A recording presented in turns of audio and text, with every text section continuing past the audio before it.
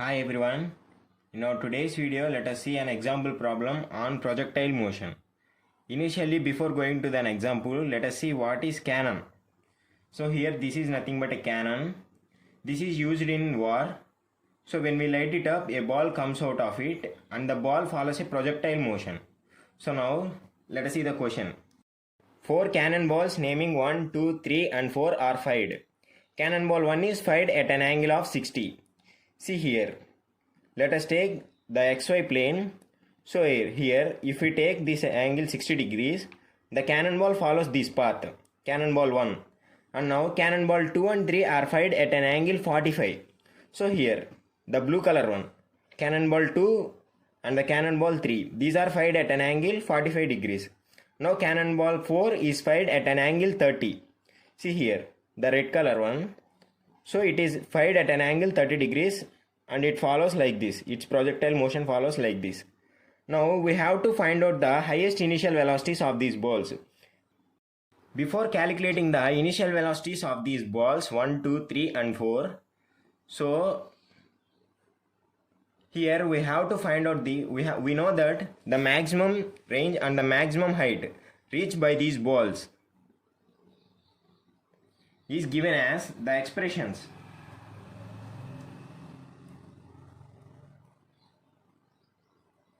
Expression for maximum range.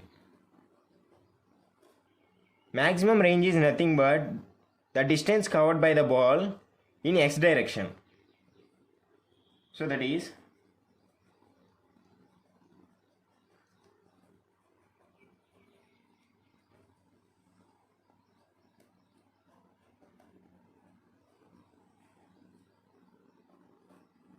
this is the maximum range and the maximum height.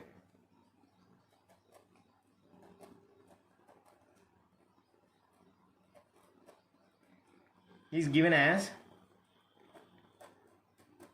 u square sin square theta by g. Here theta is nothing but the angle.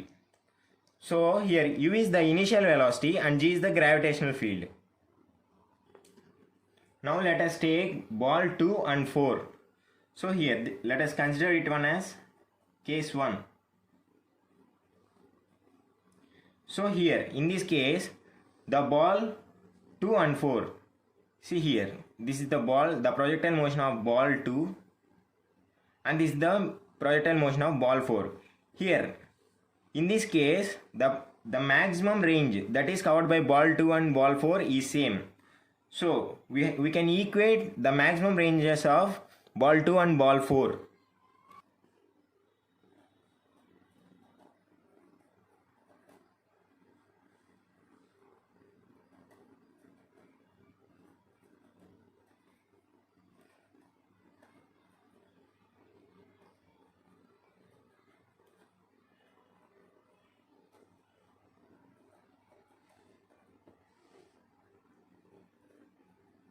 So maximum range of ball 2 is equal to maximum range of ball 4.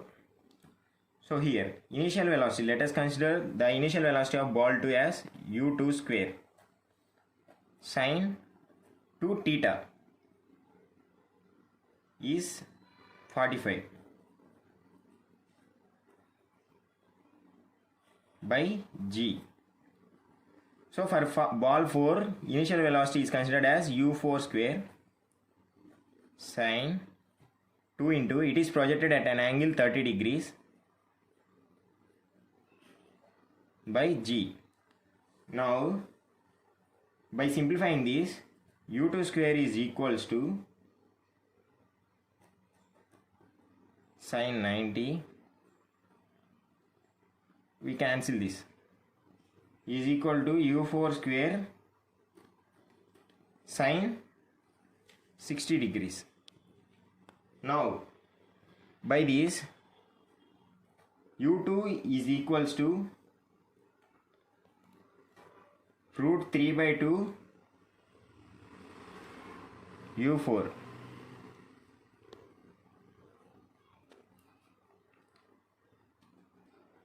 So by this equation we can write that initial velocity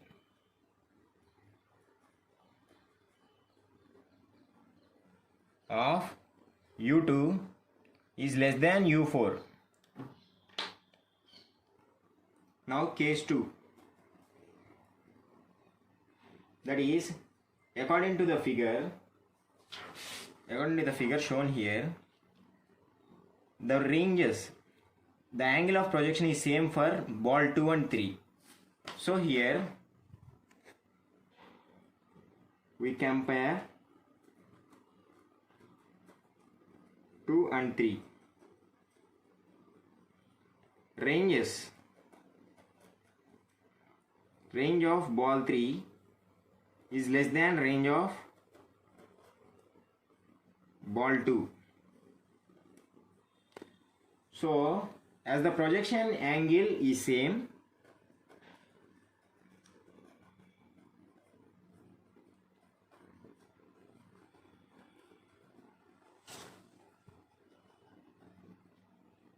but the initial velocities, that is u3 must be less than u2. When there is high initial velocity, it covers the maximum range. So here the ball 2 covers the maximum range. So the initial velocity of the ball 2 is high than initial velocity of the ball 3 condition. By this case we can consider this condition. Now case 3. From the figures, from the diagram, if we consider ball 1 and the ball 2 has the maximum same height, so from this we can write ball 1 and ball 2, the maximum height is same.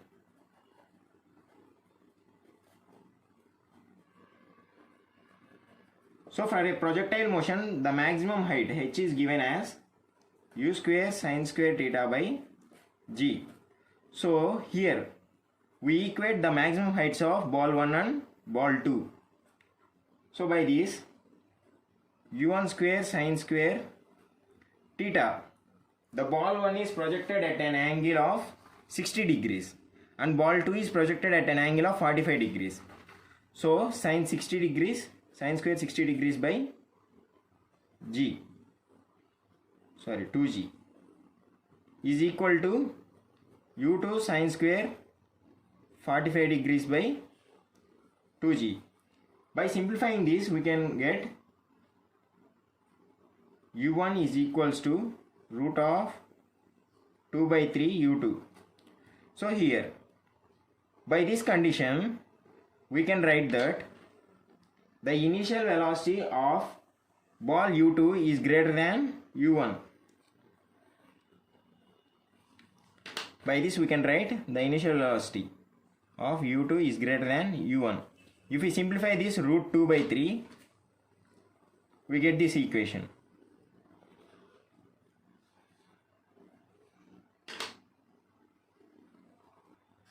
Now let us write all these three cases outputs.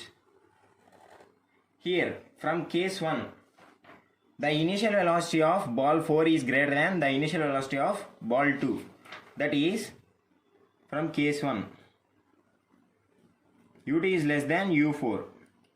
Keep it like this. Now again from case 2, the initial velocity of ball 3 is less than initial velocity of ball 2. From case 3, the initial velocity of ball 2 is greater than ball 1.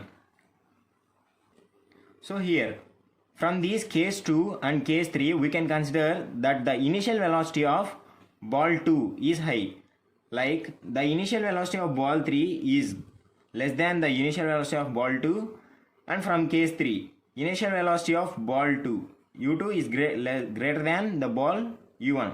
So from this u3 and u1 has lesser velocities than ball u2.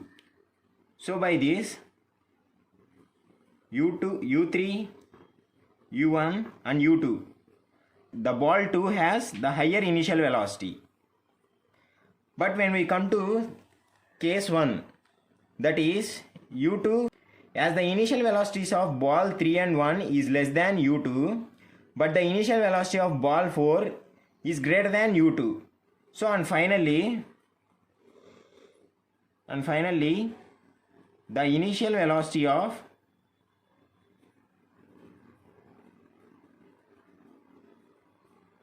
ball 4 has maximum.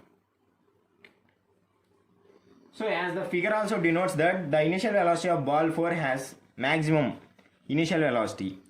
Here if we see the ball 4, it covers a maximum range and it covers the maximum height. By this also we can say that the ball has higher initial velocity.